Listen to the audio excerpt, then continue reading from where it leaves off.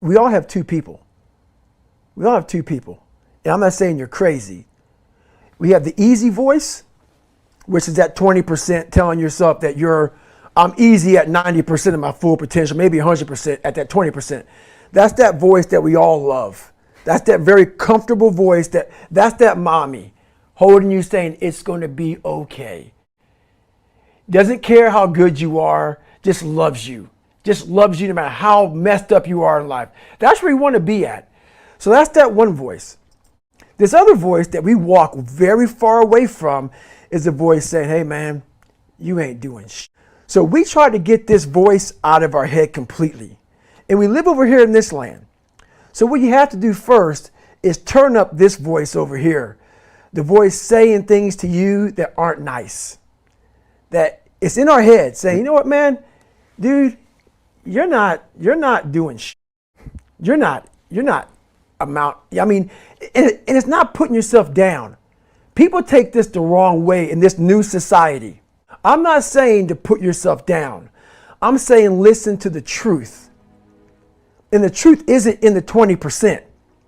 The truth is in this other part of your brain saying, look, man, you're wasting a bunch of percentage here. We have 80 more percent that we're not tapping into because in this other 80% is suffering, pain, failure, self-doubt, darkness, and then a whole bunch of light. But to get to this light, you got to go through all of this. So a lot of us know that. We know I can get over here, but over here, man, this is much better because I got to go through this journey that is not fun. This from 20 to 100%, this in between is not fun. So we decide to live over here. So everybody goes, how do you do that? You know exactly how to do that. You know exactly. It's not a magic trick. There's nothing I talk about in that book that's a magic trick. It's all back down to a very primitive mindset of we just have to do. It's like breathing. Breathing becomes normal. Like we don't even know that we're doing it. That's how you have to live your life. When that alarm clock goes off at 4 or 5 in the morning, your mind says no. You just say, it's just what we do. It's what we do now. Because to get to where you want to go, the amount of pain involved, I'm not saying physical, I'm not saying you got to break yourself off. The amount of mental pain of how many times you're going to have to do something that you don't want to do to get to where you want to go is going to be, there's going to be more times you do something that you don't want to do than you are going to want to do it. And that's your new norm. That's your new norm. So then it's like breathing. And then once you do this over and over and over again, it becomes like breathing. I don't want to live this lifestyle, but to get to the other side of this, I have to. So if you really want it, you realize what trying is and what trying is not. I believe in winning the battle against yourself. People say, why do you say that? Because there's a lot of things you can control. When you wake up, I talk about making your bed. Make your bed, make sure your house is clean, make sure you get your breakfast, make sure you shower, shave, whatever you're doing, control that. Don't hit the snooze button.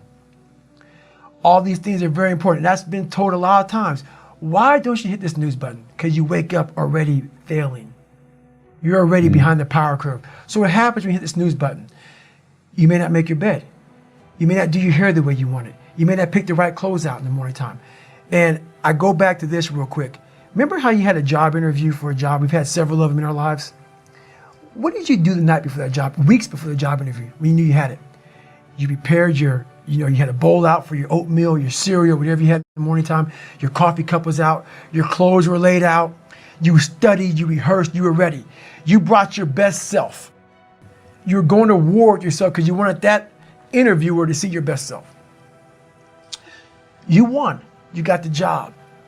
After a few months in that job, you look around, I got the job.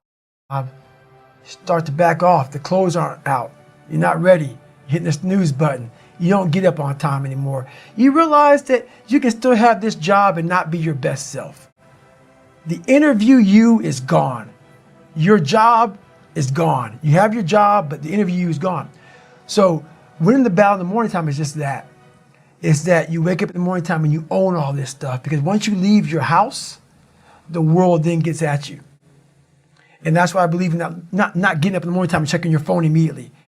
Everybody does that. They get up, the first thing they do is grab their phone, look at the phone. Maybe bad news on there. So how's your day start off?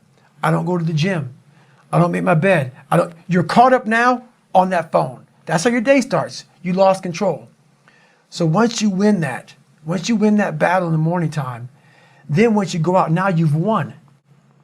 You go outside your house, you may lose your job, you may have a bad hit, but you won something. So you're going into battle having already won something. Having already won. So then if you hit the snooze button, you go out, you just defeated already. You're behind the power curve. Now you've won something. You feel better about yourself. So now you're able to take these hits along the way. So that's the mindset that I think it's important to bring with you every day you go, everywhere you go in life.